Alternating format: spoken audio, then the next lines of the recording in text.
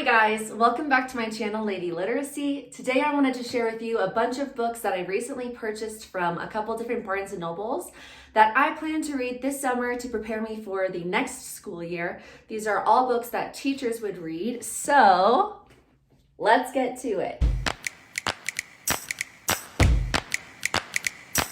Now, before I start this video, I wanted to share with you guys a book that I recently just finished. The book is called Letting Go of Literary Whiteness. And the reason that I love this book is because it focuses on anti-racist literature instruction, but for students who are white. So this would be a book you'd want to read if you teach in a district or a school that's predominantly white.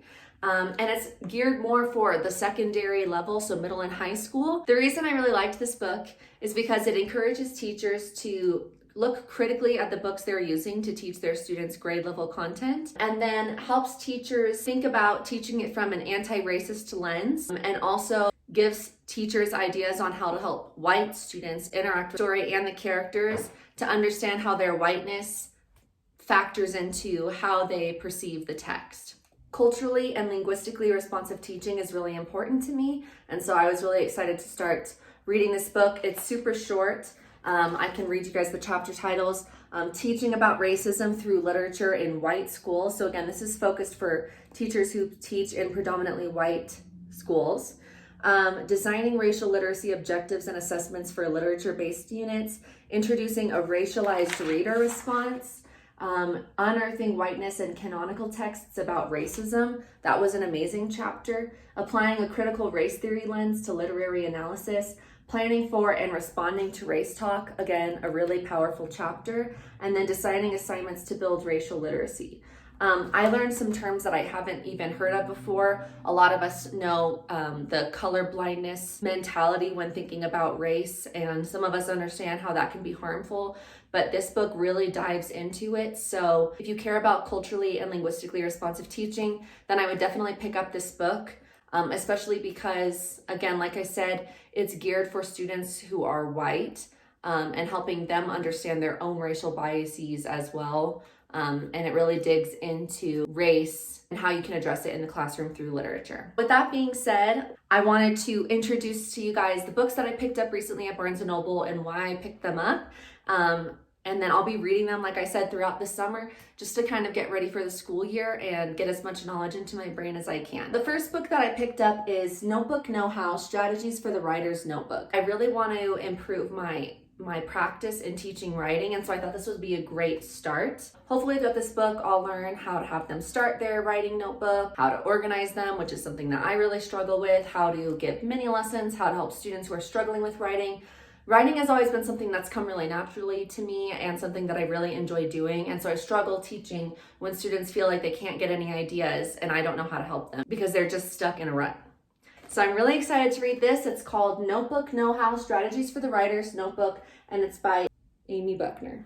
This is actually a book I picked up at the beginning of the year before I knew I was going to be teaching online throughout the entire year, but it's called Mindful Games, and it includes 60 fun activities. So my hope with this was that I would come up with new ideas for, one, teaching mindfulness, and also for bringing brain breaks into my classroom, because I love utilizing brain breaks in the classroom, but I often stick to the same ones and they can be pretty repetitive. So I was hoping that I would be able to use these as brain breaks while also teaching social, emotional skills, mindfulness, and emotional regulation for my students. So this is Mindful Games by Susan Kaiser Greenland.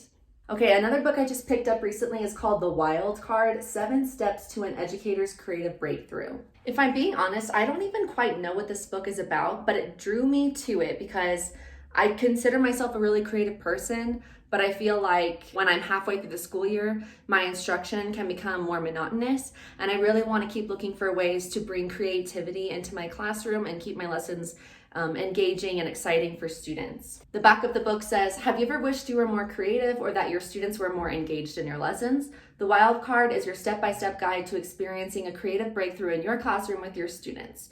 Even if you've never painted a portrait or written a poem, you can create unforgettable lessons that help your learners retain content. So that really sounded like something that I could benefit from. So yeah, that's The Wild Card. It's written by Hope and Wade King. I'm really excited to check it out. And again, I'll let you know what I think of all of these books as I finish them.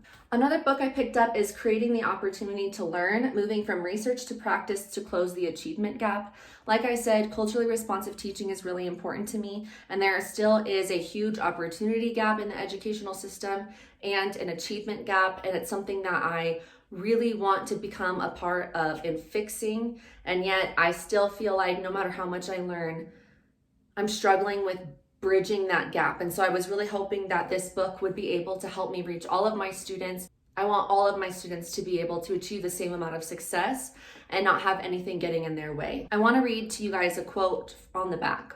Unless we believe that those who have more are inherently superior to those who have less, we should be troubled by the fact that patterns of achievement are often fairly predictable, particularly with respect to students' race and class. So I'm really hoping that this book will continue to push me in my understanding of how to be a culturally responsive teacher and ultimately how to differentiate for all of my students so that they can all become successful no matter their class or race. Creating the Opportunity to Learn is by A. Wade Boykin and Pedro Noguera. I think I'm saying that right. Noguera, maybe? Another book I picked up is Engaging Students with Poverty in Mind, Practical Strategies for Raising Achievement, and this is by Eric Jensen. Once again, just another book that I picked up in order to continue my understanding and learning in how to be culturally responsive and how to meet the needs of every single one of my students. Once again, this is just another book I picked up in order to help me continue my learning in being a culturally responsive educator and how to close that achievement and opportunity gap for my students. I'm really hoping that this will continue to build on some of the culturally and linguistic responsive teaching professional development I've already done, and then I can gain something new from this book as well. One book that I picked up that I'm really excited about reading is called Sentence, A Period-to-Period Guide to Building Better Readers and Writers. I picked this up because I was hoping that I would be able to really home in my technique in teaching literacy. Sorry, I just recently learned that it's home in, not hone in. And so I was really hoping that once again, that this would help me with my writing instruction, because like I said, writing comes pretty naturally to me and it's something that I really love doing, and I struggle with helping my students find the same passion in writing that I have, as well as helping them get past some of their writer's block and hesitations to begin writing different pieces. So it's a pretty big book. I'm really excited to read it. I'm hoping that it helps me improve in my writing and reading instruction. I do feel like it's probably, oh, it smells really good. I just got a whiff of it when I closed the cover. I do feel like this might be more helpful for secondary teachers, but I'm hoping I can take what I learn in here and apply it to my primary students as well. So this book is Sentence by Geraldine Woods. Okay, I also picked up Teaching with the Brain in Mind. Same author of Engaging Students with Poverty in Mind. This is Teaching with the Brain in Mind. And I picked this book up specifically because, well, for two reasons. One, I recently took a class at the Denver Museum of Nature and Science and was able to learn a little bit more about how the brain works and apply what I know to my teaching and my instruction in my classroom every day. But I also read Culturally Responsive Teaching and the Brain by Zoretta Hammond and really liked that book. So I was hoping that this would kind of maybe tie those to the class and that together. I think this is going to be really focused on how our brains function in a learning environment. And again, I just hope that it's going to give me some more strategies in order to keep my students engaged, but also optimize their learning in my classroom when I get to have them with me during the day. The last two books I picked up, I really just picked up because I wanted to also improve in differentiating for all of my students. So I picked up Differentiating Instruction in the Regular Classroom and then Making Differentiation a Habit. So again, these both just focus on how to differentiate instruction for my students, something that I feel like I have to continually also improve my practice on. And they're both by Diane Hecox. So yeah, I don't know how these are gonna go. These seem kind of more like textbooks that I would have used in college, but I'm excited to dig into them and learn a little bit more. Two other books that I picked up recently are books that I've actually read parts of before. They are Teach Like a Pirate and Teach Like a Champion. I read half of Teach Like a Pirate. I read the first half and I never got to the second half. This was at the school, but the second half kind of has all of those different techniques to apply what you learned in the first half. I just wanted to read through it again. This is my copy. I was using a school copy before, so I really wanted to read through it again, annotate, bookmark, fold pages so that I can really utilize this. But if you haven't read Teach Like a Pirate, it's actually really good, and it definitely, when I'm reading it, it makes me feel excited about my craft again. And then Teach Like a Pirate is a book that I started reading but didn't really get very far through. It was, again, a book that was given to me by a school, but we weren't allowed to write in it because it was their copy. So I just wanted to pick it up and read through it because everybody really seems to love this book.